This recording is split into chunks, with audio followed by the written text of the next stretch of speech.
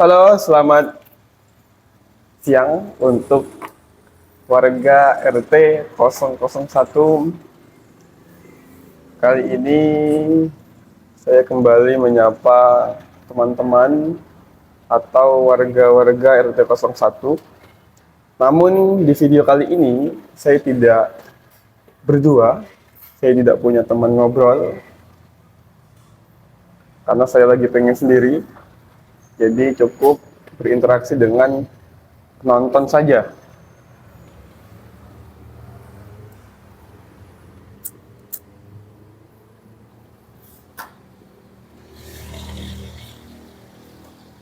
Dalam video kali ini, saya ingin berbagi tentang sebuah tips untuk semua warga RT 001. Karena bagi saya ini adalah sesuatu yang penting untuk disampaikan, tips yang penting, tutorial yang penting, cara dan strategi yang penting yang memang perlu semua kawan-kawan tahu, terutama bagi anak-anak muda, baik itu perempuan maupun laki-laki yang mungkin seusia dengan saya. Tentu kalau kita bicara tentang anak muda, apalagi yang sedang dalam perjalanan menuju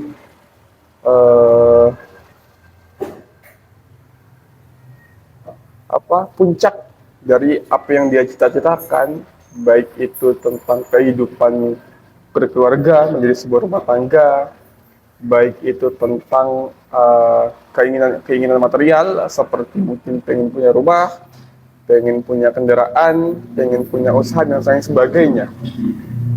Tentu ketika kita bicara tentang keinginan ke depan, itu tidak terlepas dari cukupnya modal ataupun uang, ya kita sebut saja uang.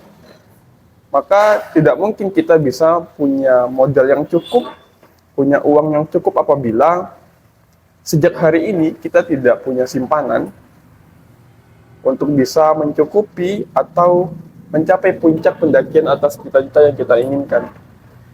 Untuk itu, kali ini saya ingin berbagi dengan teman-teman tips menabung atau menyimpan uang sebagai bekal kita di masa depan nanti, atau sebagai modal kita untuk bisa mewujudkan cita-cita, mimpi, ataupun keinginan yang memang semuanya itu memerlukan modal, dalam artian uang.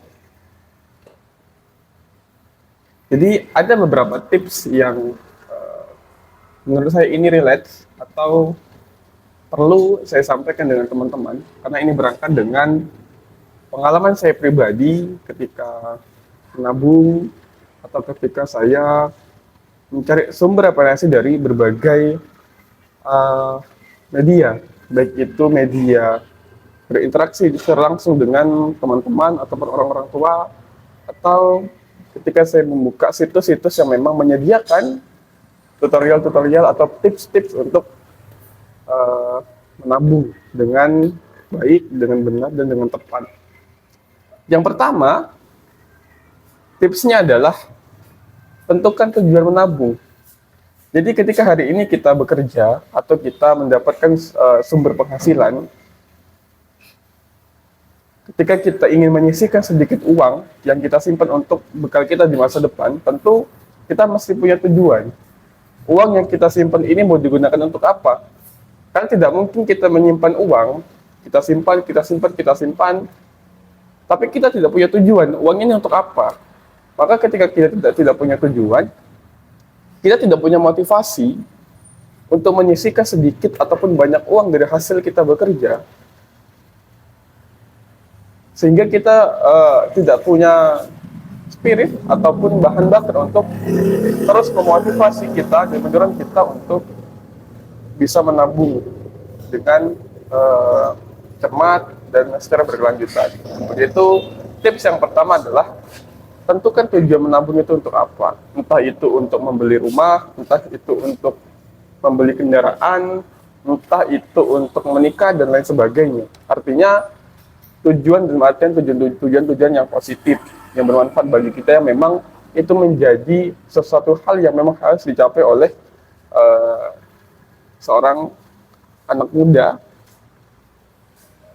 di hari tua nanti ataupun di umur-umur selanjutnya. Tips yang kedua adalah tetapkan batas waktu. Jadi jangan kita menabung. Oke, kita anggaplah setiap bulan sekali kita kumpulkan uang 1 juta rupiah misalnya. Tapi kita tidak punya target, kita tidak punya batas waktu. Kapan uang-uang ini akan terkumpul dalam jumlah sekian untuk kita gunakan untuk hal ini. Misalnya targetnya contoh nih, misalnya kayak gini. Aku pengen nabung 10 juta. Ini untuk nanti aku beli motor. Misalnya 2 tahun nih. Di tahun 2003 aku mulai menabung dengan jumlah sekian sampai terkumpul 10 juta di tahun kedua. Nanti aku gunakan untuk beli motor. Nah, dengan adanya batas waktu atau target waktu, maka kita semakin termotivasi, semakin semangat untuk menabung. Karena kita punya keinginan yang ingin dicapai dalam waktu yang sudah kita tetapkan. Itu tips yang kedua, yaitu menetapkan batas waktu atau target waktu. Yang ketiga, buat rencana anggaran. Bicara tentang rencana anggaran, ini tentu berkaitan dengan tips yang kedua, yaitu tentang batas ataupun target waktu. Jadi, rencana anggaran itu maksudnya adalah satu misalnya. Kita punya gaji 4 juta. Gaji 4 juta yang kita punya, itu kita mau gunakan untuk apa aja.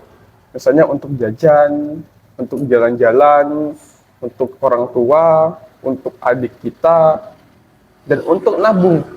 Nah, di tabungan ini kita bagi pula, kita buat pembagian pula. Ini tabungan untuk menikah, misalnya, ini tabungan untuk membeli kendaraan, ini tabungan untuk membeli rumah, dan lain sebagainya. Jadi, rencana anggaran kita, dari gaji yang kita dapatkan, dari penghasilan yang kita dapatkan, itu terencana dengan baik. Begitu juga dengan uang yang kita sisihkan untuk tabung, itu juga termanage, terkelola, dan terbagi dengan baik. Hanya perlu adanya perencanaan anggaran dari hasil kita bekerja. Tips yang keempat adalah pisahkan rekening tabungan. Ini khusus untuk teman-teman atau warga RPT 001 yang menabung di bank. Karena ada sebagian mungkin kawan-kawan yang menabung itu tidak di bank, tapi uang yang ditabung itu mungkin disimpan di, kalau bahasa kita zaman dulu itu namanya celengan, atau bahasa sekarang ada tabungan yang bentuknya ada yang kotak, ada yang bulat, atau mungkin ada yang pakai botol, atau ada yang masih pakai bambu. Tidak ada masalah. Jadi untuk kawan-kawan yang menabung menggunakan tabungan rekening, itu dipisahkan antara rekening yang digunakan untuk perbelanjaan sehari-hari, kebutuhan sehari-hari, dipisahkan dengan rekening yang memang dikhususkan untuk menabung, supaya uang yang kawan-kawan tabung di rekening yang berbeda itu tidak terganggu untuk keperluan sehari-hari. Jadi penghitungan kita jelas, kemudian penggunaan kita jelas, artinya tidak tercampur aduk, sehingga lebih memudahkan kita untuk memanage dan mengatur keuangan. Tips yang kelima adalah hindari berbelanja secara konsumtif. Salah satu masalah yang menjadi penghambat ataupun yang memperlambat kita untuk menabung itu adalah budaya konsumtif atau kebiasaan konsumtif. Konsumtif itu maksudnya adalah kita terlalu mengikuti keinginan kita untuk membelanjakan uang kepada hal-hal yang mungkin sebetulnya tidak begitu diperlukan. Misal, kita pengen ketika kita gajian, kita pengen beli baju 10. Padahal kita beli baju satu saja kita sudah cukup. Karena apa? Di lemari kita di kamar itu sudah banyak baju. Artinya ketika kita menjadi orang yang konsumtif, kita tidak hanya cukup dengan beli satu baju. Kita bakal beli 10 baju untuk memuaskan nafsu keinginan kita untuk membeli baju sebanyak-banyaknya dari gaji yang kita dapatkan. Itu contoh misalnya. Ataupun kita dapat gaji, kemudian kita gunakan untuk foya-foya, untuk jalan-jalan sepuas-puasnya. Kalau jalan sekali-sekali tidak ada masalah. Tapi kalau setiap hari kita jalan yang memang menghabiskan uang dari hasil jeripayah kita bekerja, maka itu budaya konsumtif yang memang dapat merusak uh, pengelolaan keuangan kita sendiri, sehingga peluang kita untuk menabung, untuk berhemat itu sulit, sehingga bakal mengganggu jalan kita untuk mengumpulkan modal untuk masa depan kita, sehingga kurangi budaya konsumtif itu. Memang untuk menghilangkan budaya konsumtif itu memang tidak mudah, artinya perlu perlahan-lahan, apalagi kawan-kawan yang memang dari kecil mungkin sudah dimanjakan dengan hal-hal yang sifatnya konsumtif tadi gitu. Tapi ketika kawan-kawan menyadari tentang pentingnya tabungan, tentang pentingnya masa depan, tentang pentingnya modal untuk masa depan, maka lambat laun kawan-kawan mesti mengubah budaya konsumtif menjadi budaya yang lebih hemat dan cermat. Tips yang keenam adalah gunakan promo atau diskon. Ini memang ini tidak berlaku pada semua fenomena atau semua kalangan. Gunakan promo atau diskon, karena memang jarang kalau orang yang belanja online ya untuk di wilayah kita di Tanjung Batu ini mungkin tidak heran dengan yang namanya promo atau diskon. Tapi bagi teman-teman yang mungkin belanjanya langsung di toko-toko ataupun di tempat-tempat penjualan keperluan baju dan sebagainya yang biasa kawan-kawan beli, jarang kita menemukan adanya promo atau diskon. Paling adanya tawar-menawar ketika kita berbelanja. Itu sama saja dengan promo atau diskon. Jadi tips yang keenam bagi kawan-kawan yang pengen mungkin belanja baju, belanja hal-hal lain yang memang diperlukan, carilah toko-toko baik itu online ataupun toko-toko yang memang mungkin di mall besar yang mau menyediakan promo ataupun diskon, sehingga dapat menghemat budget, menurunkan beban pengeluaran atas hasil pekerjaan kita selama 1 bulan dan sebagainya. Ataupun bagi teman-teman, bagi kawan-kawan yang berbelanja langsung di tempat penjualan baju, tempat penjualan barang-barang yang memang diperlukan, mungkin perlu adanya tawar-menawar kan gitu. Tapi saya rasa semuanya kawan-kawan juga tahu, tidak semua tempat, tidak semua toko itu kita bisa tawar-menawar harga, bisa negosiasi. Kadang ada toko-toko yang memang sudah tertera harga di bajunya, maka kita tidak bisa negosiasi, tidak bisa tawar-menawar. Tapi kalau kawan-kawan maksa mau coba, ya silakan, tidak ada masalah gitu. Makanya bahkan saya pun pernah mencoba. Ketika saya berbelanja di satu toko, sudah tertera harganya di situ sekian, tapi saya coba bertanya gitu, iseng, "Bang, ini harga pas ya?" "Iya, dia harga pas." "Tidak bisa kurang, Bang?" "Tak bisa," itu kata dia. Tapi ya karena iseng-iseng aja kan, jadi manalah tahu bisa. Tapi kalau tidak bisa, tidak ada masalah kan, tidak ada salahnya kita mencoba walaupun hasilnya tidak ada juga kan gitu. Itu tips yang keenam. Kemudian tips yang ketujuh adalah donasi hutang terlebih dahulu. Nah, ini yang perlu kita hindari ketika kita menabung. Jangan kita punya uang yang kita tabung, sementara hutang kita kepada mungkin kawan-kawan kita, kepada saudara-saudara kita, atau kepada tetangga-tetangga kita tidak kita donasi. Misalnya ini, di tanggal sekian kita dapat gaji, tapi hutang yang harusnya kita bayarkan itu tidak kita bayarkan, tapi kita tabung uang itu. Otomatis hal itu akan menjadi beban yang mengganggu keuangan kita nanti. Tapi ketika kita lunasi dulu hutang kita, baru kita menabung, maka itu akan lebih memudahkan kita dan insya Allah bisa memperlancar rezeki kita ke depannya, karena kita tidak punya hutang, tidak punya janji dengan orang yang belum kita lunasi. Gitu. Kemudian tips yang ke-8 adalah bawa bekal dari rumah. Nah, ini tips penting untuk teman-teman yang sedang bekerja, yang sudah memasuki dunia kerja, atau mungkin bagi teman-teman yang masih menginjak di dunia pendidikan, baik itu sekolah ataupun kuliah. Jadi bawa bekal dari rumah. Tapi yang menjadi masalah hari ini bagi anak-anak muda kebanyakan itu gengsi ataupun malu untuk bawa bekal dari rumah. Bahkan saya juga pernah merasakan hal yang sama. Jadi kalau bawa bekal itu ngerasa kayak apalah bawa bekal, tak apalah, lebih baik nahan lapar daripada bawa bekal kan gitu. Lebih baik makan di luar, makan jajan aja daripada bawa bekal dari rumah. Padahal kalau kita hitung-hitungan secara keuangan, ketika kita bekal, entah itu kita bekal di rumah kita masak sendiri atau mungkin dibuat sama orang tua, maka itu bakal lebih menghemat eh, pengeluaran kita untuk di hari itu, sehingga uang yang kita tabung itu bisa lebih besar nominalnya gitu loh. Jadi untuk teman-teman yang baik yang sekolah atau yang sudah bekerja, bawa bekal dari rumah. Jadi jangan malu, santai aja. Atau tidak ada apa ya? Tidak ada salahnya bawa bekal. Tidak ada hal yang ada ketika kita bawa bekal. Itu hal yang normal-normal saja. Hanya saja kadang pikiran kita itu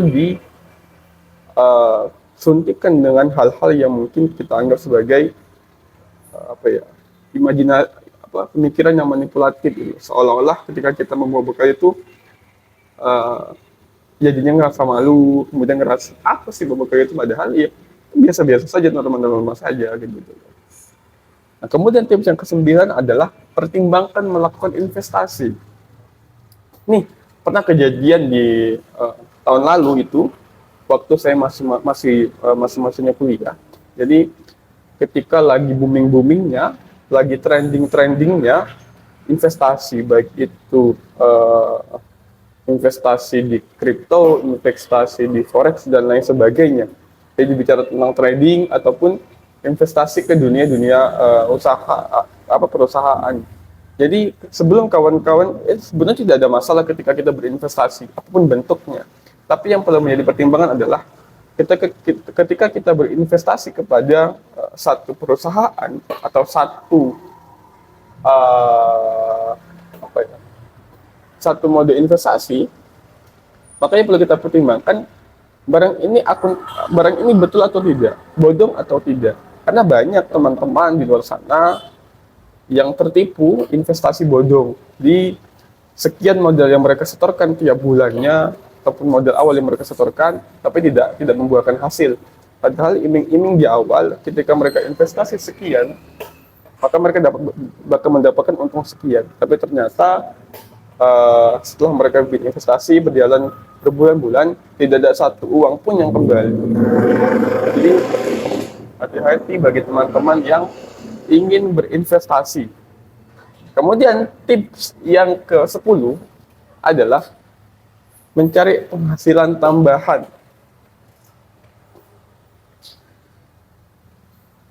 Ini sebetulnya ketika kita bicara tentang mencari penghasilan tambahan, tentu ini bicara tentang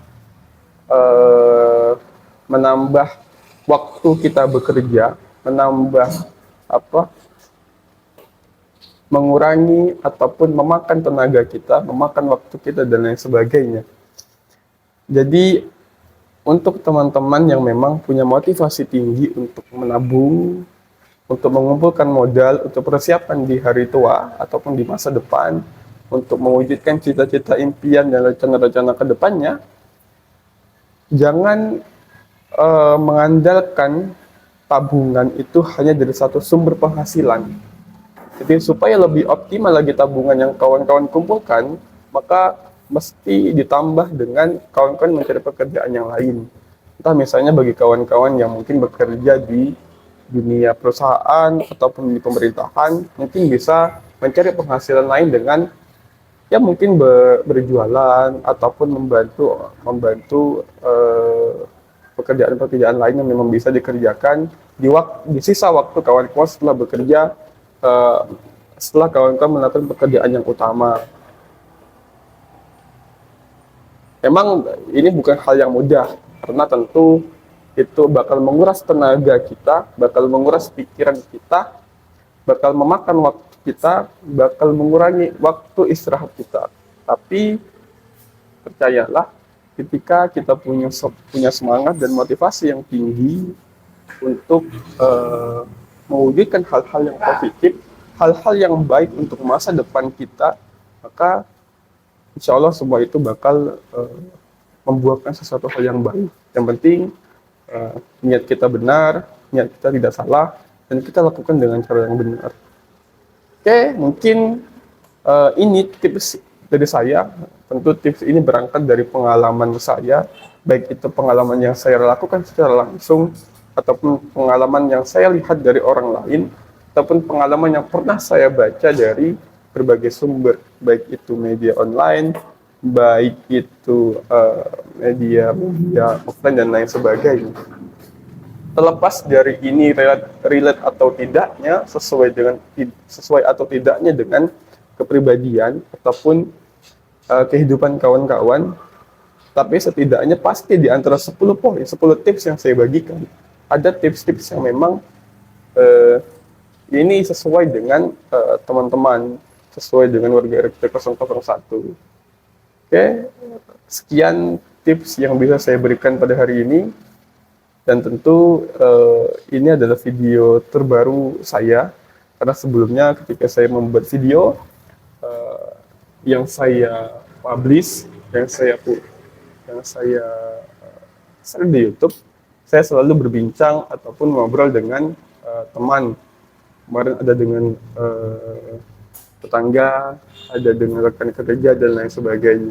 Tapi kali ini saya memilih sendiri karena pengen membuat sesuatu hal yang ya berbeda saja gitu. Sesekali saya tampil sendiri dengan sedikit cerita, dengan sedikit pengalaman, dengan sedikit pengetahuan yang bisa saya share dengan teman-teman. Oke, semoga video ini bermanfaat. Sampai jumpa di video selanjutnya.